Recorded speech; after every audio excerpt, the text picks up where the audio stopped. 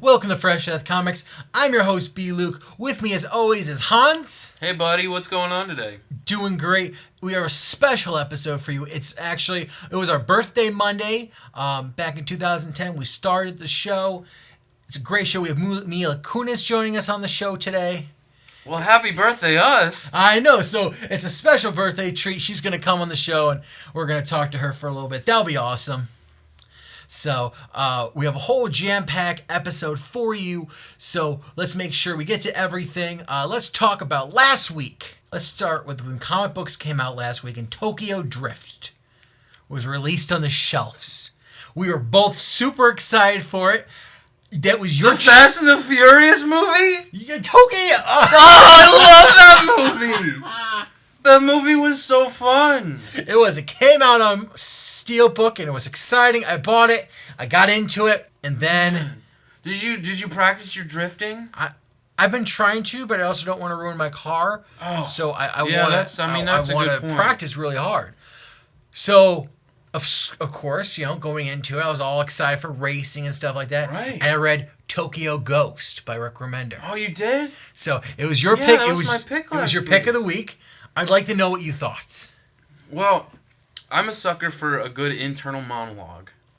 And I find Rick Remender to be one of the best at writing an internal monologue. Unfortunately, I feel that it was a bit overshadowed by the almost nonstop action and nonsensical violence. But then I read it again and I thought maybe that's the beauty of the book. Maybe Rick was writing on how one's thoughts or ideas can be pushed aside by society and are forced to take a back seat to what poses, quote-unquote, as important issue. And overall, if you take the book at face value, you may not want to come back for issue 2. But if you take your time, maybe read it a couple times, think on the topics, you might want more. Very well put. Overall, did you like the book?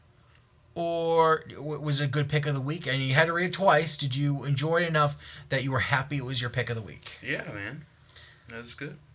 For me, I see your point. I mean, Rick Remender, he's the best in internal monologues. They're fun. They're exciting. If I didn't know Rick Remender, I would have thought an 80-year-old man wrote this. Someone who hates technology and hates, the always progressing cell phones and video games.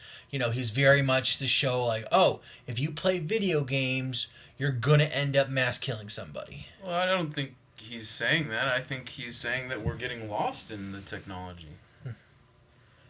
That's exactly what I said. He's getting the book.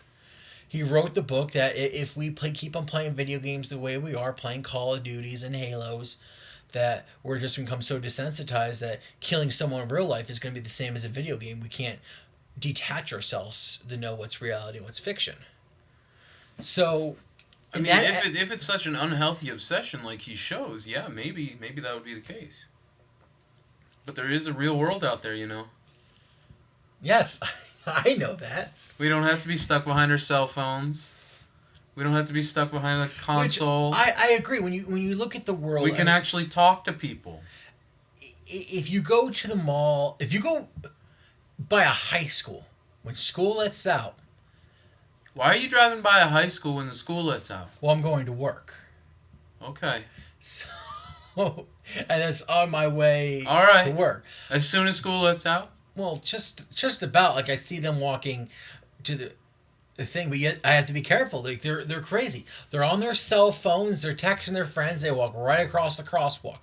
They have they don't look both ways. They have no knowledge of I saw two people literally walk into each other. Yeah. Both on their cell phones. So, if I was Rick Remender and I'm I think he has kids, doesn't he?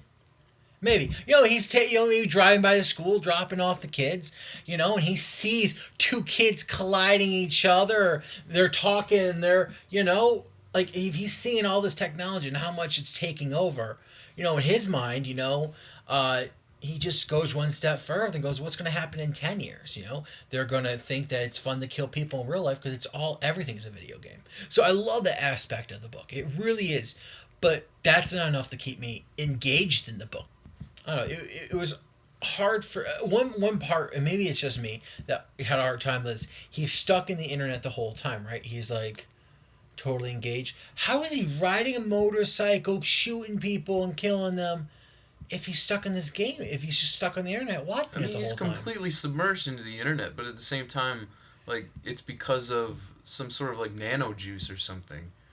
So he's pumped full of juice. Is he dual brained? Like, yeah, that's what I think. Like, it was just confusing. Like, how does the brain work? His brain is operating on one level while his body's operating on another.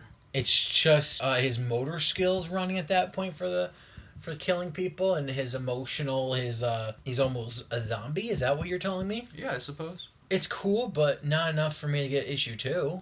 I think, and it's just me. You love the book. I kind of hated it. The more I think about it, the more I feel when it ended. We ended at the end of her journey. She's done. She's out of the rat race, and where do we go from there? Exactly. Like, that's what we want to find out. I think you hate any sort of depth in your books. I think you just want it laid out so you know everything right away. And that's it. No, there's plenty of books that I like to think about, and name a couple. The Walking Dead. Oh yeah, that has a lot of depth to it. There is a lot of depth in there. Let me kill a zombie. No. Let me go back and kill another zombie. No, there is. Well, let me get that one. No. Oh, let me get the other zombie over there. If it's not, and I'm gonna get that one over there too. If it's not, watch out for the one behind you. If there's not spoiling it, there's layers. There's the zombies. That's just the layers. But then there's also character development in the way he does it in the books. There's a lot of swearing. The more a character swears, the more insane he is. The more off the rails, the more detached from society he is. When a character doesn't swear, they're more level-headed, they can think straight, they have a great plan, they love people. And so there's a character, Negan. He that's all he does is swear nonstop, and he's an insane Looney Tune. But for me, reading a book should have layers, but there also should be some fun in the book. And I got no fun from Tokyo Drift. And that's just me. Well, I'm sorry. I am too. I really wanted to like this book. But, that's the way the cookie crumbles. Well, my pick of the week was Captain America White. I'll give the negative first about the book. We said last week issue 0 was included in the book. But it's at the end of the book. So we're at issue 1 and then issue 0. So it was kind of flipped around. It makes me hate the book for that reason.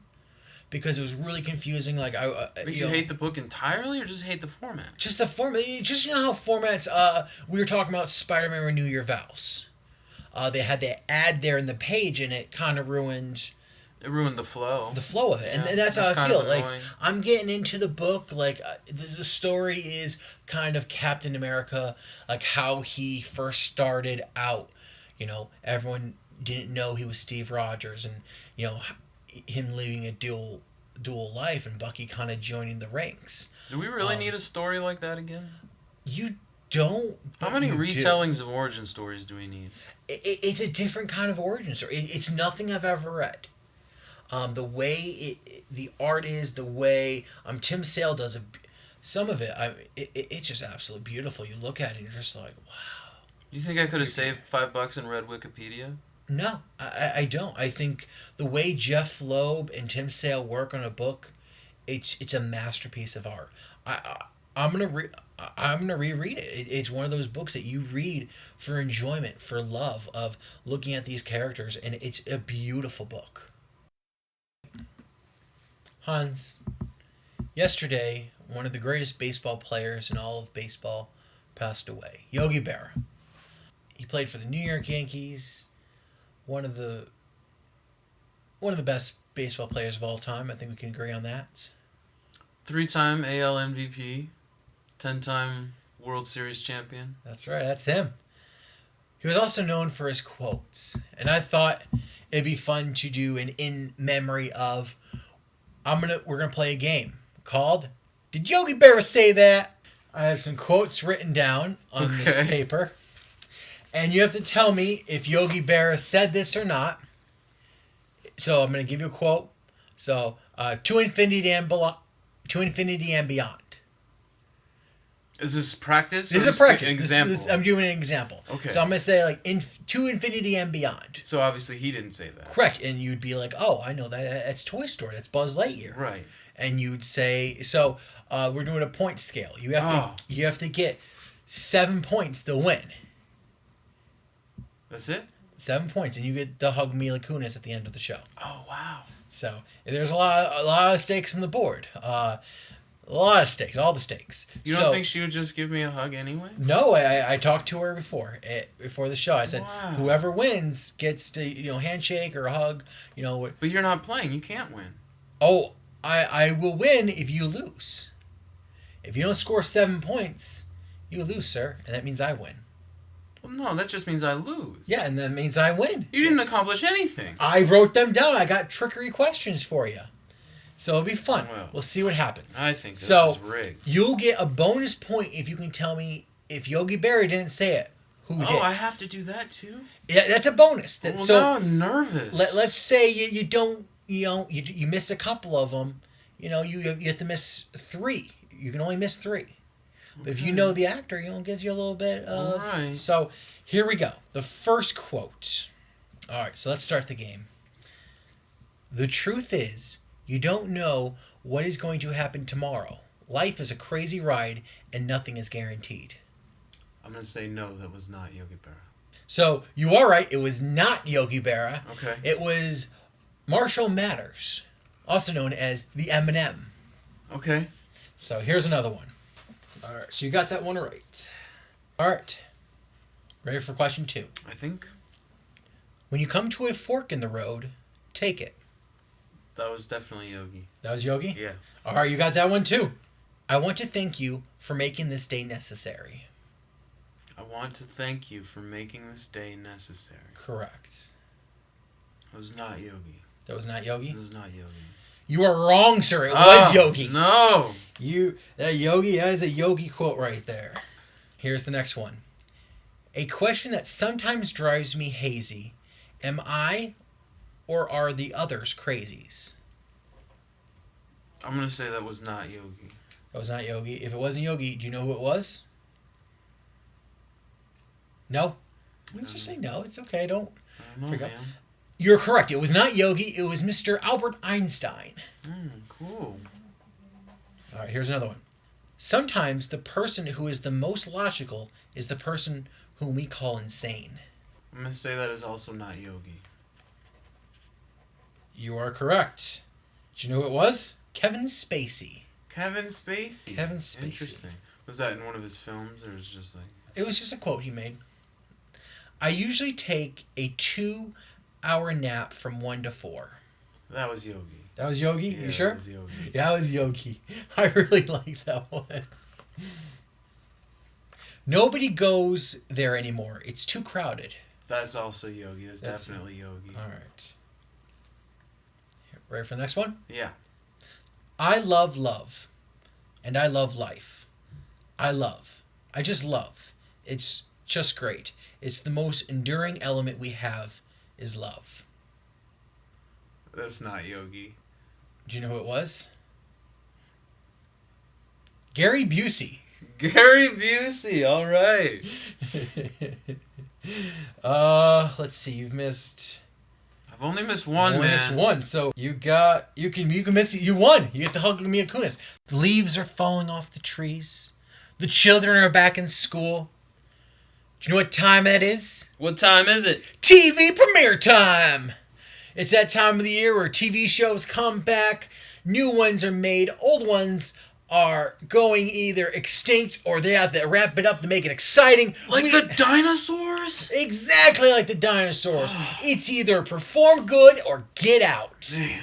That's the way it works here in the Hollywood business. That's tough. It is. So it started out, there's a whole bunch of premieres that happened these last 3 days. Let's talk about some of them. What'd you watch? I watched Gotham. How was it? It was not that great. Why not?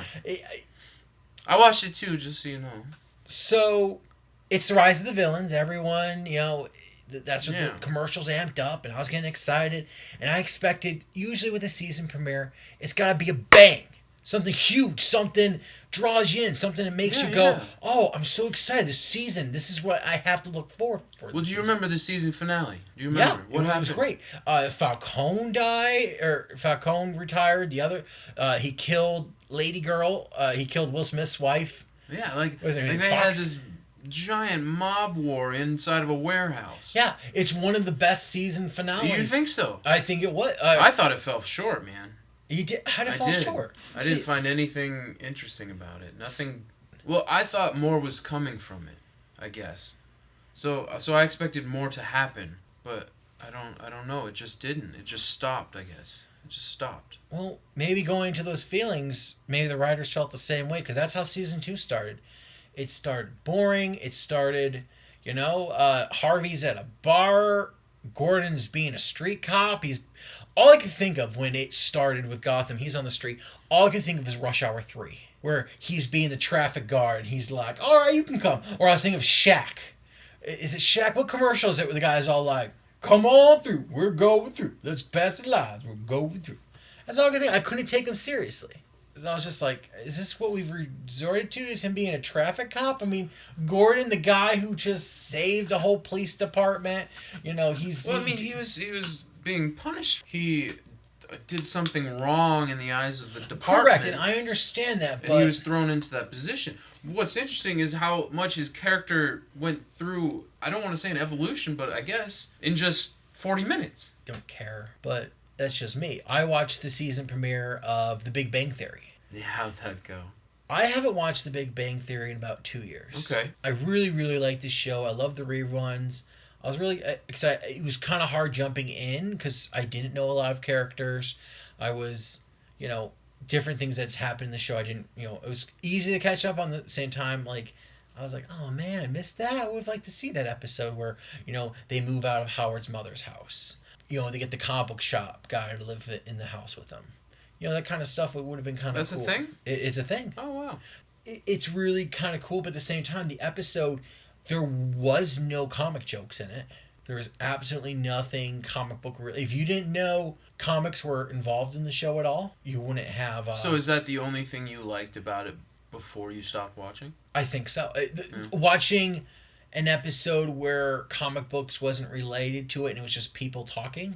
Because that's all it was people talking and Sheldon being Sheldon.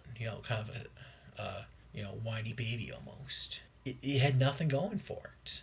I didn't laugh a single time. That was my Monday night watching Big Bang Theory. Hans, you spent your Monday doing something else, right? Yeah, Monday I watched Gotham and then I stuck around for the premiere of Minority Report. And how was it? I was pleasantly surprised. Now, did you see the movie? I did see the movie. I haven't seen the movie. Would I need to watch the movie to watch the TV show? Absolutely not. They explain everything within 5 minutes. They take 5 minutes and do a recap of what happened in the movie, what's been going on, and where we are now. So I can watch without any problems? Sure. Okay. So give me a gist. Why should... I haven't seen the show. Why should I like it? Why should I care? The sort of fringe science is very interesting to me. And I know you watched Fringe yourself. Correct. You liked that? I love Fringe. Okay, Fringe. I loved Fringe as well. So, you have these precogs. What they do is they detect crimes before they happen. Mainly murders. So, in the movie, what they did was the three of them were connected into one hive mind, and that allowed them to better detect, because one will detect the picture of the happening, another will detect the name, and another will detect something else. So combined, they were able to stop more crimes, and then they would imprison them before the actual crime, which is really interesting to me, because how can you do that? They didn't do anything wrong, right? Yeah, that's what I feel. Right, so they're just stopping crime before it happens, imprisoning these people. So the repercussions of that is shown in the first episode of the show. So one of the people that was arrested before the crime actually happened, him and his daughter get together and they try to perform some other crime on the orchestrator of the program.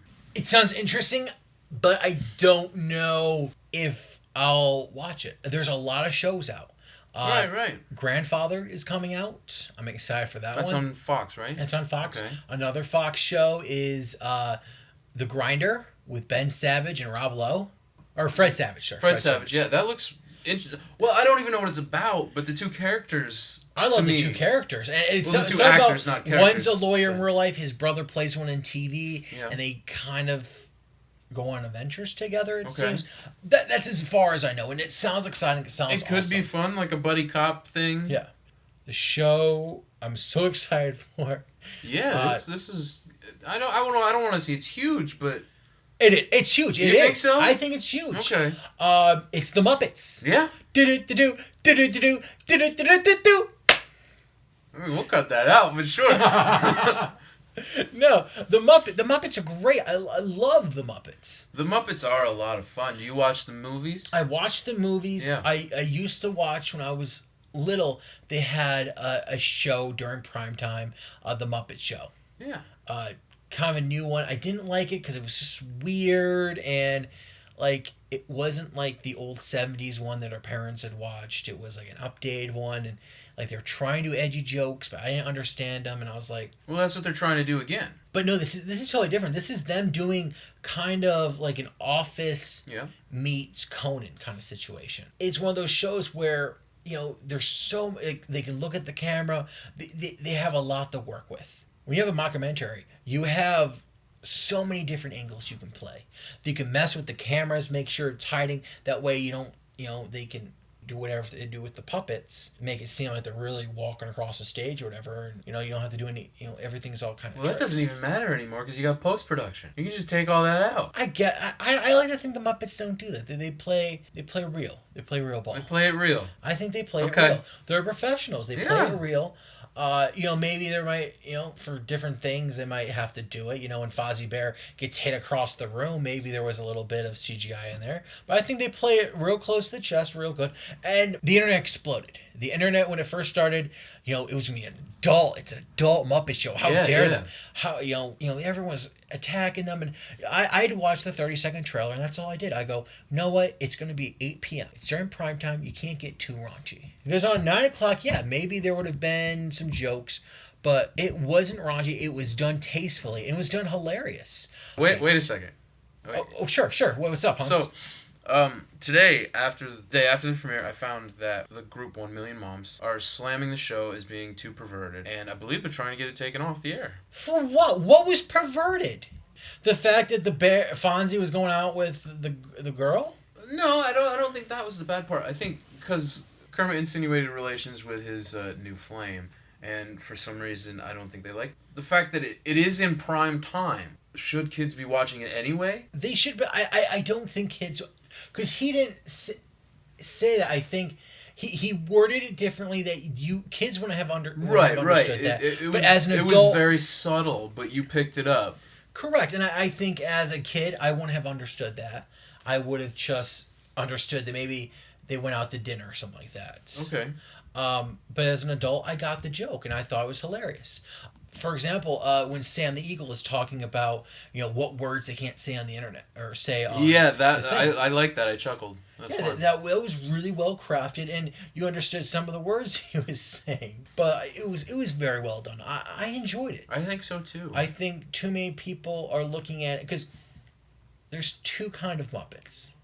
There's the Jim Henson Muppet when it first started that was a little more adult. You know, his Muppets were both. They told some crass jokes, but they also communicated with everyone. They told those jokes that we told either way, just like they did in this one. And then you got into, after, you know, unfortunately he died, you know, Muppet Treasure Island, Wizard of Oz, you know, Muppets Go to Space were a lot more kiddier. Muppet Treasure Island was always my favorite. It was, but it was very kiddie. It's very, you know, you could tell a tone difference where it was played down to a child's movie, and that's where it has been. Even the Muppet movies themselves were very, I think the second one redeemed itself a little bit. The most recent ones? The most recent one. Yeah, the one with Jason Segel. Correct. And that was really well done. I liked that. Yeah, but even that movie... I haven't watched the one with Tina Fey yet. The Tina Fey one is good. I enjoyed that better than the first one. Yeah? I did. I'll have to give it a go. You should. It's very well done. It's not as good as the TV show, though. Which is what, based on the first episode, I laughed a ton. It was hilarious. The guest stars were fun, too. Elizabeth Banks. That was fun. For me, I know you don't like it because it was cross... promotions. Yeah, the Tom Bergeron thing. It was hilarious. It got to me Because I'm like, I get it, ABC. You have the Muppets, you have Dancing with the Stars, you want us to know Dancing with the Stars is next. Just put a little thing in the bottom of the TV. Yeah, but the way Tom played it off. Tom is a good actor. No, he's fun. Like, yeah. he was just like, hey guys, I haven't left the elevator. It was hilarious. And yes, Yeah. I get if you want to do it. They did it right. There's a lot of shows they do it wrong. But as soon as I saw him, I said, come on. I know. Because I knew what they were doing. It's just, I didn't like that. But I'm excited to see what. But then at the same time, I got home just in time to see Gary Busey dance. So whatever. See, it all worked out. Right. So, it was a lot of fun. I enjoyed it. I'm gonna stick around for hopefully the whole season. Next week starts October, which means it's the 30 days of horror that Hans puts on every year. You're going to be posting videos of, what you thought of them, giving a thumbs I'm up. nervous. It'll be fun. I'll join you for a couple. Horror is not my... Yeah, what do we got? We got The Visit, Yep. right? So The October, Visit's on deck. Yep, October 1st. Hopefully that's the first one we start with, yeah. We'll start with The Visit. And then we've got a couple of Netflix ones. Correct. October 2nd, we're going to watch Would You Rather? Yeah. And then October 3rd, what are we watching? A Girl Walks Home Alone at Night. That's the whole name of the movie? I believe that's a the title, very long title for a movie. Yeah. So we'll start those. We'll update those on Facebook for you. We'll have we'll have a whole list of there, so you can get started. And if you want to join us in watching the 30 Days of Horror, Yeah, you that'll definitely be fun. can. Comment, Chime in. Yeah, chime in. Let us know what movies maybe you want to watch. We'll include them in the 30 Days of Horror. Well, I should just say you, because I'm not a scary movie guy. Like, Yeah, you will scream. I don't know how I'm going to make it through The Visit. Yeah. Like, M. Night Shyamalan's already... His movies He's our boy, though. He is. That's why I Yeah. want to see it, because I'm excited. But at the same time, have you seen those trailers? You're so scared. You're scary from the trailers. I mean... Can you climb into the oven? So what is... No way. I'm going to save my judgment for the reviews. Yeah, save your judgment Yeah. for... I'm just saying, personally, like, I'm scared to death Okay. if I see that with you. So we'll have some fresh bites for you. That's what we're called, fresh bites. Listen to them, see what you think. It'll be a lot of fun. But now it's time for our pick of the weeks. I'll start this week. My pick of the week is going to be Secret Wars Days of Futures Past. It's the last one in the journey they've taken, and it's been a roller coaster. It's been good, bad, crazy, insane. I've enjoyed it, but at the same time, I kind of want it to end soon. All right, Hans, what's your pick of the week? You know what? I'm going to go out on a limb here. We've been talking a lot about television. I'm going to switch it up. My pick of the week is going to be the Heroes season premiere. The Hero season, but that's not a comic book. That's okay. Oh, man, you switched it up. You went to a whole different genre. Yeah, that's my pick of the week, man. What's your pick of the week? It's going to be a good pick of the week. Yeah, it's a 2-hour premiere, though, so I don't know. Yeah, it's going to be a ride. It's going to be intense. Yeah. You ready for it? I think so. All right. So, it'll be fun. Ready to see what's been up with Mr. Hiro Nakamura.